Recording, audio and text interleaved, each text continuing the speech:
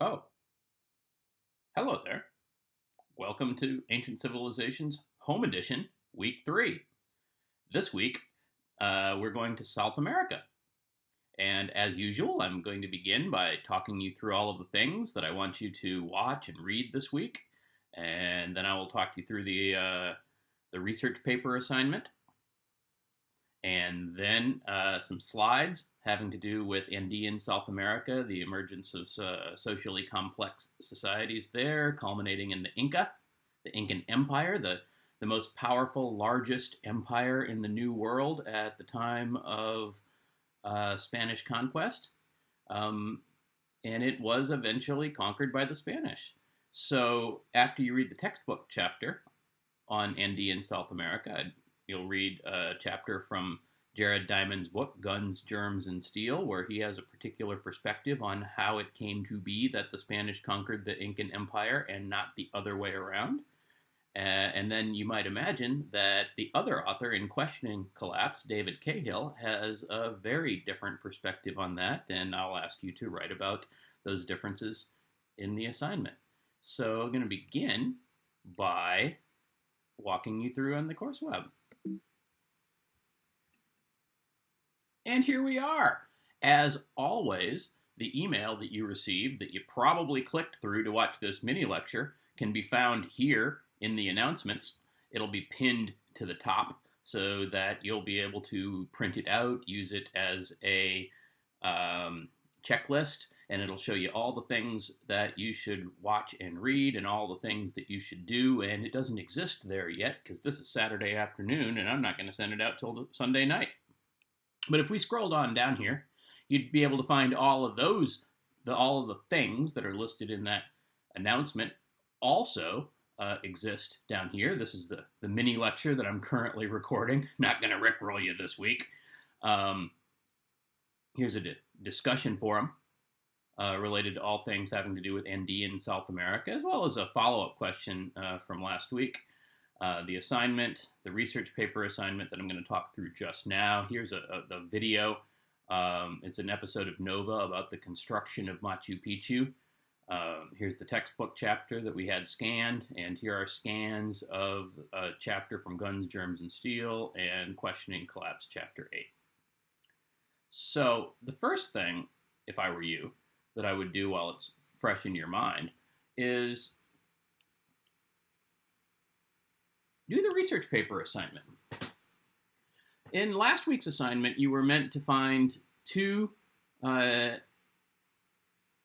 scholarly sources from our readings related to your research topic, and then two more that have been published more recently.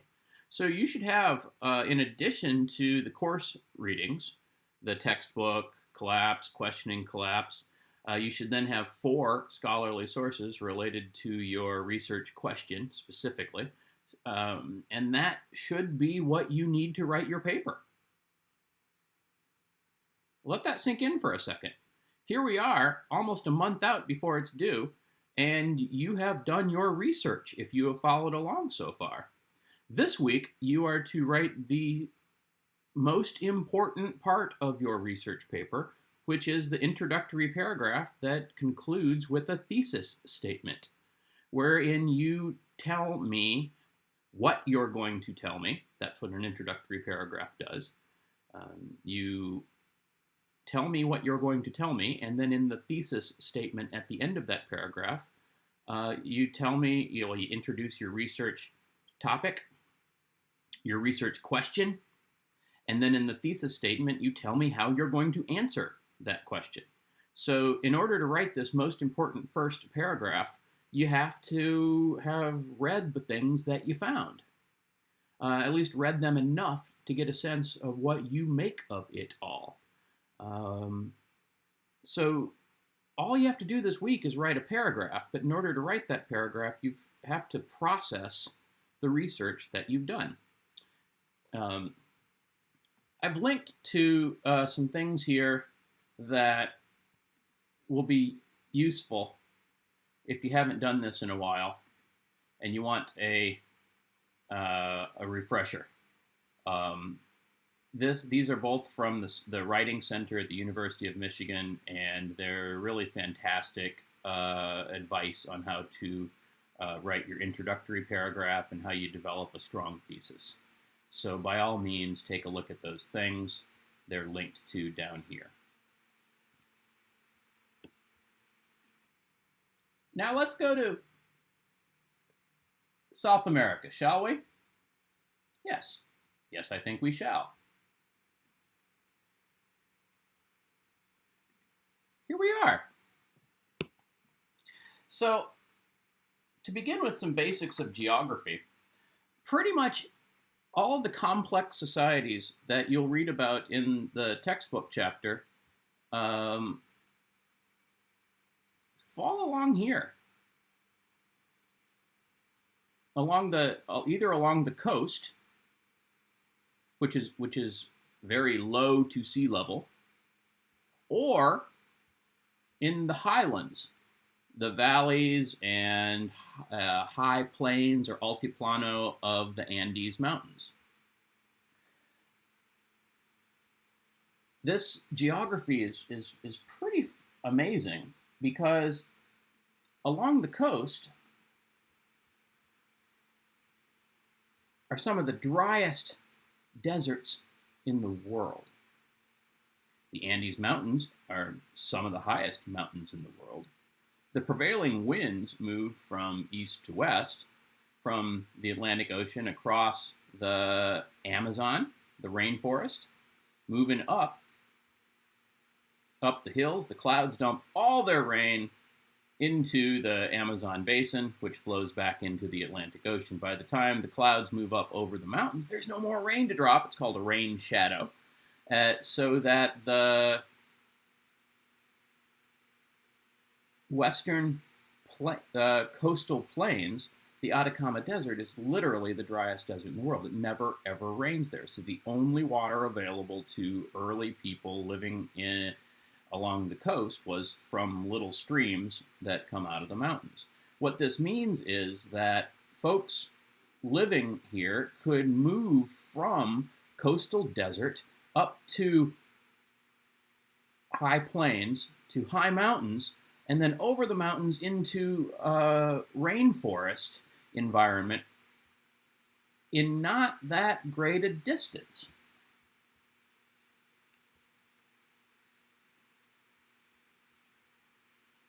So from here to here, here to here, you go from desert, mountains, to rainforest. And so the earliest agriculture in Andean South America involves wild plants that became domesticated by the last hunting, gathering, foraging people here from all three of those different ecosystems. So from the east side of the Andes comes potatoes and manioc, which is a tuber that's used to make it's like used like potatoes, peanuts, various beans, guava, coca leaves from which cocaine is made. From the high mountains comes quinoa that, quinoa. It's on the vegetarian station in Baldwin most of the time, often. Also, llamas and alpacas and guinea pigs come from the highlands. And eventually, corn, maize, which had been domesticated in Mexico, was introduced by sometime between 6,000 and 5,000 BC. So about 7,000 years ago, agriculture, hunting, gathering, foraging people are settling down here, are using a variety of domesticates from the east side of the Andes, from the highlands of the Andes, and are introducing maize, corn, that had found its way to South America from Mexico. All of these domesticates come together and are widely used by 4,000 BC. So there's a lot, just like the other regions of the world where socially complex societies develop. There's a long, thousands of years of history of agricultural people living a sedentary existence, developing agriculture based on agricultural surpluses, developing economic specialization, and having the foundations for social stratification later. And some of the first evidence of that comes from early pre-ceramic centers. I'm going to show a picture here in a second of one called El Paraíso that dates to about 2000 BC, so about 4,000 years ago. And that one's located, well, you see where it's located there, right along the coast. All of these places, you could go to Google Earth or Google Maps and type in the names and go take a look at them. And yeah, monumental architecture, sedentary existence. These places seem to there seem to have been maybe something like Göbekli Tepe, a place where people came together at certain times of the year to exchange information, domesticates, build their social networks, participate in shared religious festivals, and places where there was clearly a source of some sort of power, wherein some people were able to convince or coerce others to build the things, surely couched in terms of communal good. But they show the beginnings of social stratification at these centers. There's just so much history in Andean South America in and around the Andes Mountains, that it's really hard to do justice to all of these different places. So I'm just going to move on ahead in time to another complex society that developed called it's called the Chavin Horizon, from about in the last millennium BC. And the reason it's called horizon is because it was horizon is a word that's used in archaeology to denote a widespread style of material culture. So at all of these different centers of the Chavin society, elite people, rulers, used a similar style of artifact and symbolism in order to demonstrate their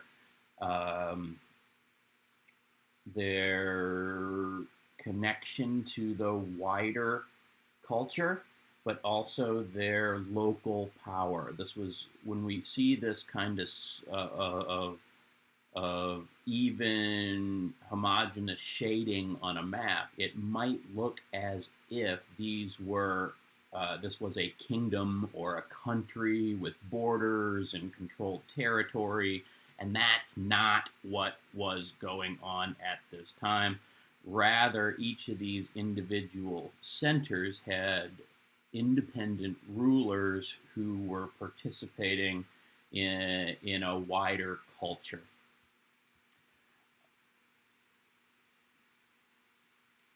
So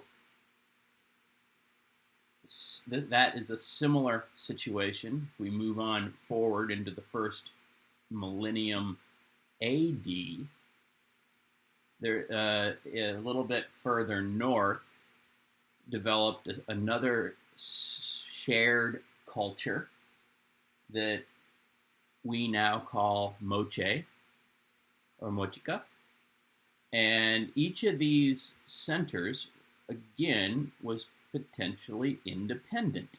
They're all located along streams running out of the mountains to the plains, to the ocean through the plains, and were based upon the agricultural potential of these watered valleys. This is actually the region where Robert Carnero developed his theory of conscription as an explanation for the emergence of complex society, or what Fader called civilization. I'm speaking this now, not because it's in the text, not because I'm asking you to write about it, but for you to recall back to that reading. And if you'll recall, circumscription was the idea that in an area where agricultural production is limited and population is growing, it will lead to conflict with outsiders, and that allows for the emergence of rulers. And here, there's a Moche center, a center of political power that would have controlled its agricultural valley, all up and down along here, and it's kind of it's a really great example of what happens when complex societies are emerging with very restricted resources. But enough about that. Let's look at some pretty things. The Moche are particularly known for their pottery, beautiful pottery. This is something called a portrait pot. Many of these were included in the burials of important rulers and their families. Highly stratified society. Not everybody got to be buried with a beautiful portrait pot that had been commissioned as a portrait of themselves. Fantastic craftsmanship. Here's another example. This is from the Detroit Institute of Arts, from the field trip assignment. This is two monkeys. So cute. And so these types of Moche pots turn up in museums all over the world because they're copious. There's lots of them. They were buried, so they're often intact, intentionally buried, and they're beautiful. And they're also, some of them are really weird. I'm putting this up here so that you can read more. This is from a magazine published by the Wenner-Gren Society, which is a major supporter of anthropological research. And this is written by Stephen Nash, who's a curator at the Denver Museum of Natural History. And he's writing about Moche sex pots. Take a look. That's a skeleton, and this is a human, and the human is doing something with the skeleton that I don't want to say out loud because I'm recording this, and he writes a bit about what these things may have meant for them, but yeah, these kinds of things don't often find their way into public display in museums, and I double dog dare you to do a Google image search for Moche sex pot. You're going to find stuff that's just really, you can check that out all on your own.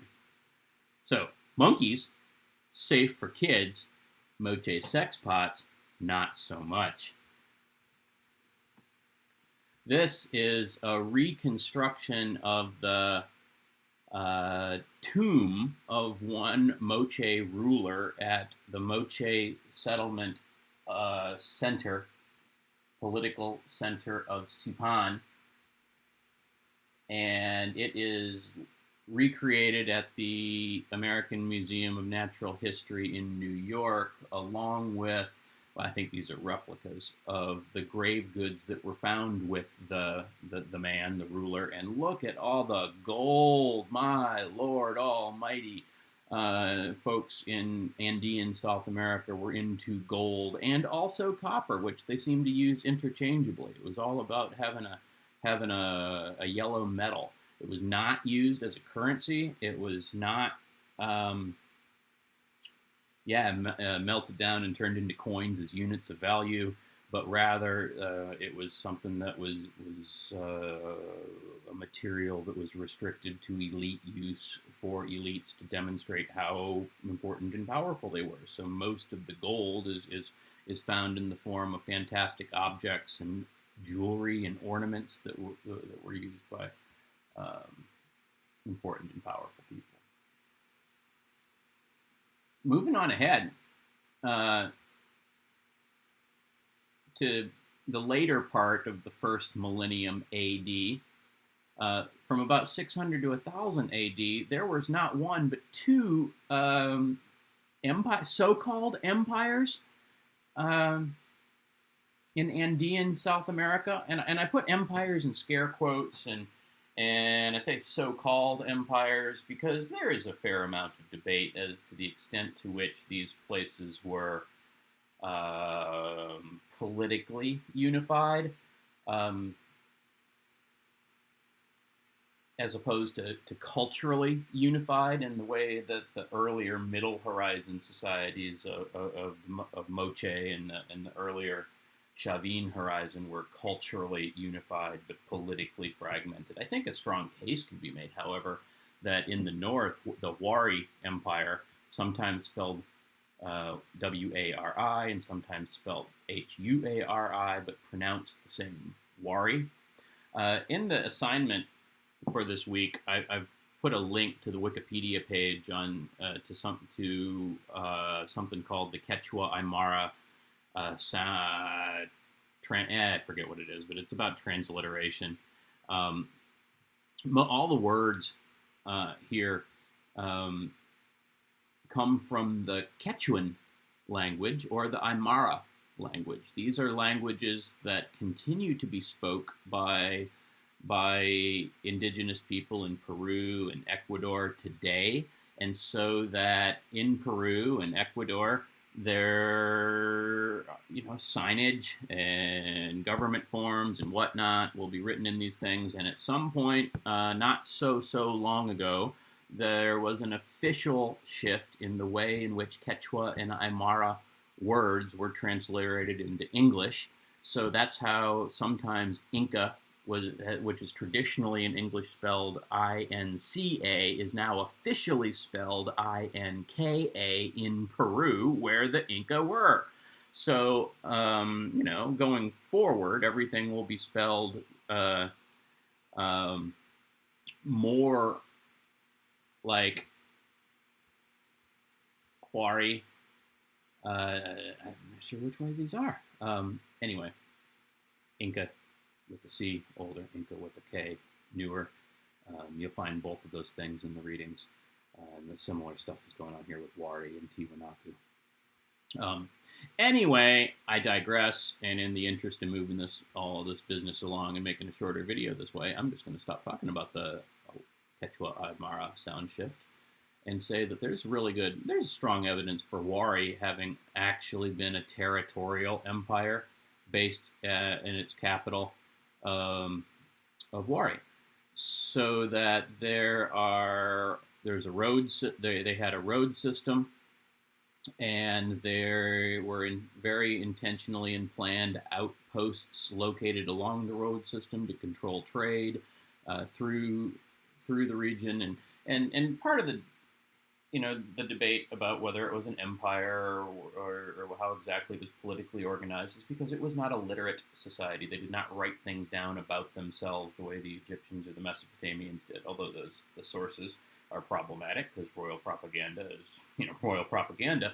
But in the Wari Empire and the Tiwanaku Empire, we have to try to figure out what was going on the basis of material culture only, and that leads to a lot of room for discussion. Tiwanaku seems to have been organized differently, such that there's not so much with the control of roads and passages and trade routes, but rather the establishment of settlements or colonies where people were doing things and making things in Tiwanaku style, and other ethnically different people in this region seem to have bought into it.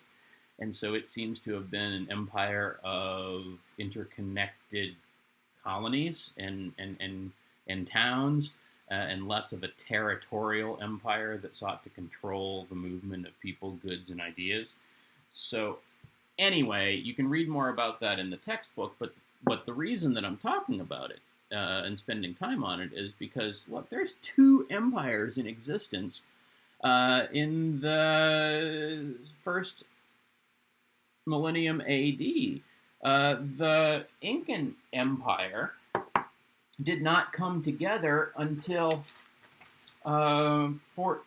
let's see, Pachacuti, the first Incan emperor, was 1435, I think. I'm going to see it on the next slide and probably correct myself, 1438 or something like that. But anyway.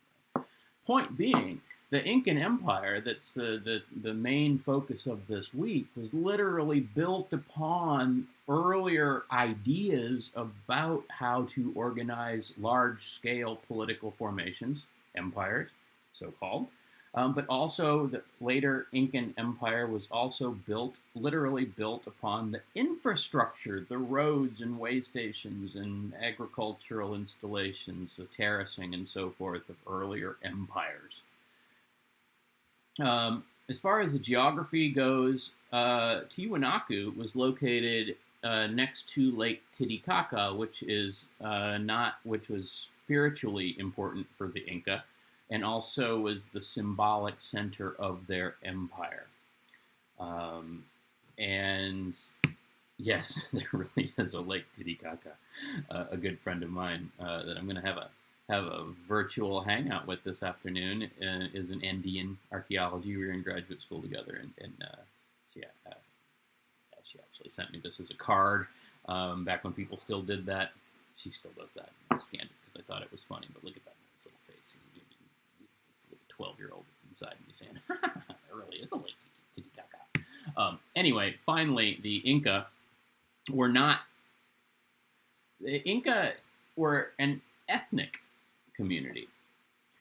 So that when we talk about the Incan Empire, what it really refers to as an empire that was established by the Inca people, who originally hailed from the area around the city of Cuzco. Cuzco is a modern city. I'll show us a couple slides of it later. But it was also the capital of the Inca's empire. That's where they were from, the Inca, but they themselves believed that their ancestors had come from the region around Lake Titicaca. Perhaps they were there as part of the earlier Tiwanaku Empire. They believed that's where Lake Titicaca was the spiritual center of their empire. Cuzco was the political center of their empire. 1438, I think I said 1435 on the previous slide, is when the first emperor Pachacuti. Pachacuti figures very prominently in the video about Machu Picchu that I want you to read, because it was Pachacuti, the first Incan emperor, to have built Machu Picchu. And in any case, we know quite a bit about the succession of emperors going down to Huayna Capac, the last Incan emperor, the Incan emperor who was ruling when the Spaniards came. And what you see here is just a tremendous expansion during that almost 100-year period. That's right, the Incan Empire only existed for about 100 years. How long would it have existed had it not been conquered by Spaniards? God only knows. But it was at the time that the Spanish arrived. It had recently undergone a tremendous period of expansion. The Inca themselves, in the Quechuan language, called their empire Tawantinsuyu, the kingdom of four quarters or four directions, and so that they themselves conceptualized it being based around with the center at Lake Titicaca. The capital of Cuzco was rebuilt by Pachacuti as the capital of the Inca people's empire, to resemble a jaguar. Look at that. There's its head, and its front legs, and its back legs. And it's a modern city, so this is an old drawing. because now it has, if you go to Google Earth today, it looks like a modern city. There's an airport right here. Anyway, the film Ghosts of Machu Picchu is all about the building of this place. This was the royal estate of Pachacuti. So, well, I'll let you watch the thing. I'm not going to describe the thing, but holy crap! Wow, look at that! Why in the world would you build a royal estate? I mean, everybody wants a royal estate. I wish I had a royal estate. But why would you build a royal estate in the high, high, high mountains up here? Look at all that. How did it not just slide down the mountain? Oh my God. Any case, it wasn't aliens. The film Ghosts of Machu Picchu is as much about the engineering feats involved in building it as it is about the political and religious significance of the place. But I hope what you take away from that is it was good to be the emperor. The emperor of the Inca was incredibly powerful. The Inca understood themselves to be descendants of Inti, the sun god. Here's a representation of Inti, the sun god, again in gold. Most of the fabulous gold artifacts, as you'll read in Diamond's graphic account of the Spanish conquest, were eventually melted down and used as tribute to pay a ransom to free the would-be Emperor Atahualpa after he had been kidnapped by the Spanish. And we know so much about what was going on in the Incan Empire during pre-colonial times from later accounts of Quechua nobility, native nobles who were incorporated into the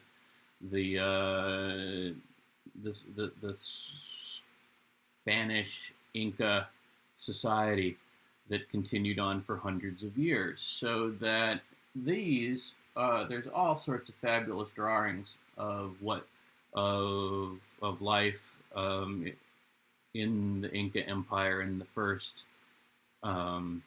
generation after conquest. There's a whole series of these.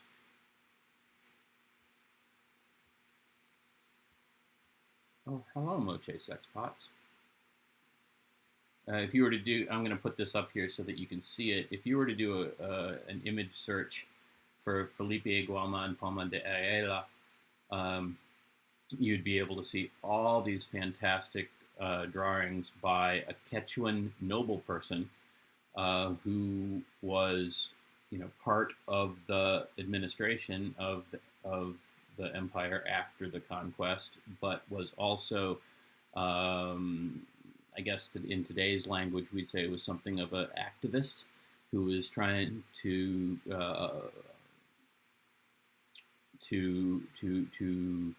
bring the world's attention to the mistreatment of native peoples by Spanish conquistadors and Spanish rulers at the time. So not only are there pictures of everyday life, but there's also pictures of injustice that was going on.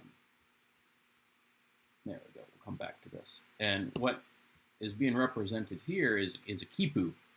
The Inca Empire was not literate. They did not have a writing system. This is all Old Spanish.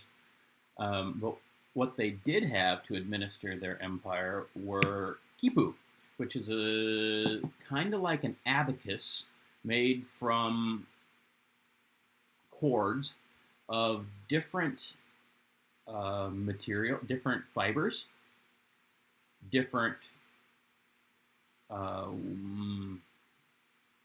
weaves. So some are twisted clockwise, some are twisted counterclockwise, different colors, and different types of knots on strings of different material, different twists and different colors represent different objects and quantities, and so that these strings, quipu, who that were kept and maintained by a specialized profession of people called kipukumayo that were able to read and interpret these things. They were a way of recording and transmitting information about stuff that was collected and stockpiled by the Inca, so that when the Inca took over a region, they, well, you can read all about that in the textbook, but they would begin by taking the local rulers' children to Cuzco, the capital, to be taught Inca ways and also serve as hostages. They would then establish tax obligations in the form of labor or mita for that had to be performed by the people who they had recently conquered, and this labor was very much gendered, so that men built terraces, raised primarily corn and potatoes for that would go into Incan storehouses that were monitored and controlled by actual Inca elites, so people from the Incan ethnic group. And then they would host feasts and ceremonies so as to give back to the people. And that would involve the production of chicha, or maize beer, that was made by women. So men would be set to work in the fields producing the maize, and the women would be set to producing chicha, as well as doing weaving and textiles. And all of these things were owned by the Inca by virtue of their having conquered a place. And then they would give back to the people, sort of trickle down Incan economics. And what would happen if a village or an ethnic community decided that they did not really like to be conquered by the Inca and they rebelled? Well, the Inca were also well known for using their road system to deport people from one end to the other end of their empire. It was called the Mitmak system, and they would require, under penalty of death, that people whose whole communities had been moved and deported from one end of the empire to the other continue to wear their ethnic dress and speak their languages and make pottery the way that they did, so that they could be very easily identified, making them very politically vulnerable to the people whose lands they were now being resettled in, which meant that they would be dependent upon the Inca who had conquered and resettled them. The Inca Empire was organized around a command economy imposed upon conquered people, as well as an authoritarian resettlement policies.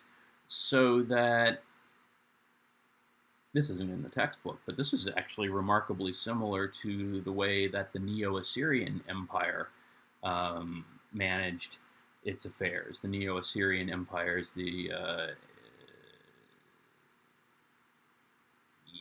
to digress here, and I'm not going to do that. So, which brings us to Guns, Germs, and Steel. Guns, Germs, and Steel is not Jared Diamond's first book, but it's probably his most widely acclaimed book. This is just a cover that I yanked from Amazon for the 20th anniversary edition. It was published in 98, 99. I'm not going to stop and check now, but it came out my first year in graduate school, and we all read it and critiqued it and complained about it, but I think we all ended up buying it for our parents to read. The title, Guns, Germs, and Steel, comes from Jared Diamond's explanation for why it was that Europeans conquered the New World and not the other way around. And the idea is that it was people based in Eurasia, so Europe and Asia, that developed, well, guns and steel, and that those technologies spread widely and had been doing so for hundreds of years, but also germs. Um,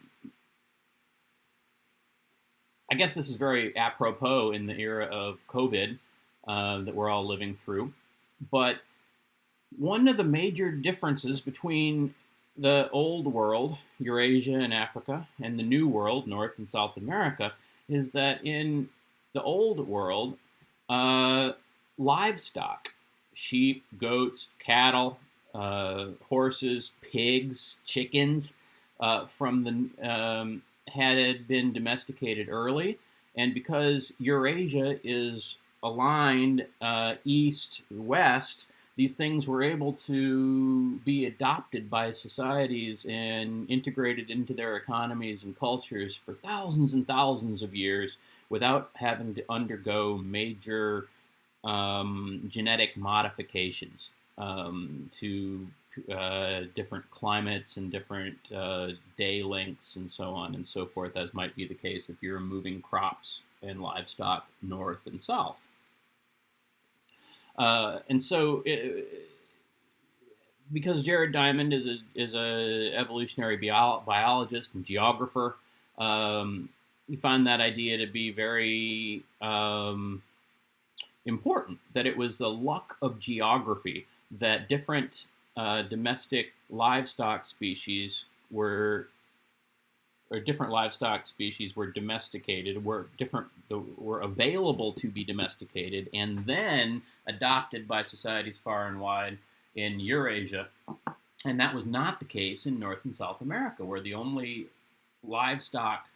animal domesticates were llamas and guinea pigs in Andean South America, and turkeys much later in time in northern Mexico. Where the reason this is important and has to do with germs is that's where it's the reservoir of domestic animals and wild animals as well, is where so many human diseases come from. So think about bird flu and swine flu and the current novel coronavirus that causes COVID-19. All these things have made the move from a reservoir of animal hosts into human populations. And the first time that happens, as is happening right now, humans are immunologically naive. We do not have antibodies to protect ourselves from this. So that Eurasian history has been a history of plagues that have been passed on by our livestock or from wild animals through our livestock to us. And in that way, the history of the old world since the Neolithic period, about approximately 10,000 years ago, has been one plague after another, with the survivors having immunity to diseases. None of that happened in the New World, so that when Europeans came to the New World, they brought with them horrific diseases to which they had a great degree of immunity. So smallpox, for example, people in the old world had been exposed to it for thousands of years, such that European people could be carriers of the virus that causes smallpox, but not actually be symptomatic. You see what's going on right now? Exactly what's happening now in the era of COVID, with the exception that a disease like smallpox has a fatality rate of 30-40%, something like that. I'm not going to engage in armchair epidemiology, and I hadn't checked that fact. But what I will tell you is that it is widely accepted that upon European contact, somewhere between 50% and 90% of the Native American population died within the first several generations of conquest. Can you imagine? Y'all see what's going on in our society, and the COVID has a death rate of somewhere between 1%. I think the highest. It's tricky to estimate. I think Italy had a 12% when their health system was overrun and the worst of it a week or two back. But in the New World, the death rate was somewhere between 50 and 90%. And so, can you imagine? I mean, that's like Thanos snapping his fingers. And so, a big part of Jared Diamond's argument was that it was the widespread adoption of livestock and the sharing of ideas that led to guns and steel, but especially germs that wiped out native societies, such that and made it possible for small numbers of foreigners to come in and conquer the largest, most powerful empire in the New World at the time.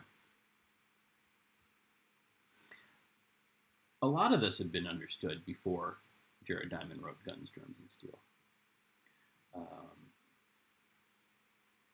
He brought it all together and then claimed that it was the first non-racist history of European conquest, which kind of pissed historians off who've been thinking along these lines for a long, long, long time.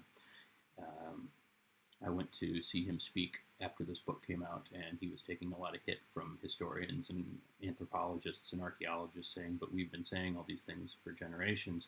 And his answer was, how many Pulitzer Prizes do you have? So there you go.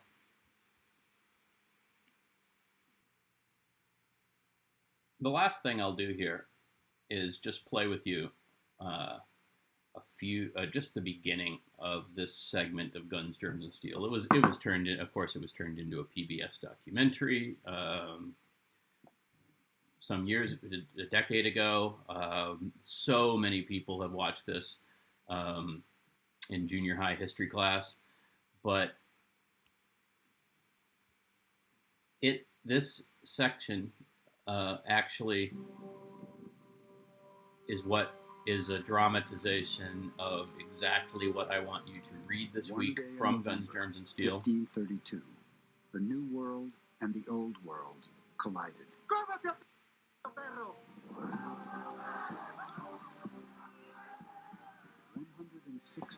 If there are any fewer pixels, this would be radio. But in any case, I just wanted to show this to you so that you could check it out if you were so interested. And who could argue with that? Who could argue with the airtight logic that European Spanish, in this case, conquistadors, brought smallpox and other diseases to which they had a great degree of immunity, and the Inca were immunologically naive, wiped out a lot of people, and were obviously the Spanish were able to conquer them in the aftermath of pandemic. So that's the outline of the story that Diamond's going to tell. And interestingly, as you read this, pay attention. He uses almost exclusively quotations from a journal that was kept by a Spanish conquistador at the time. So he is presenting what happened at Cajamarca, the first battle of the Spanish against the would-be Incan Emperor Atahualpa, would-be because he was battling against his brother for control of the empire after their father had died of smallpox, or probably smallpox. And then Questioning Collapse is written by an historian of Spanish colonialism who, well, how could one argue with Guns, Germs, and Steel? He does. And that's what I want you to think about and write about in the assignment for this week. But first, I would advise you, come to the discussion section. Answer some of these questions, see what other people had to say about these issues. You'll write better answers in your assignment, and you'll earn some of them sweet, sweet points. And then when you're ready, you write the assignment. This is where I want you to describe what happened before the Incan Empire, something about the Incan Empire, when, where it began. This is a fact kind of question. This is about Incan political administration and organization, and then Diamond and Cahill's response to Diamond.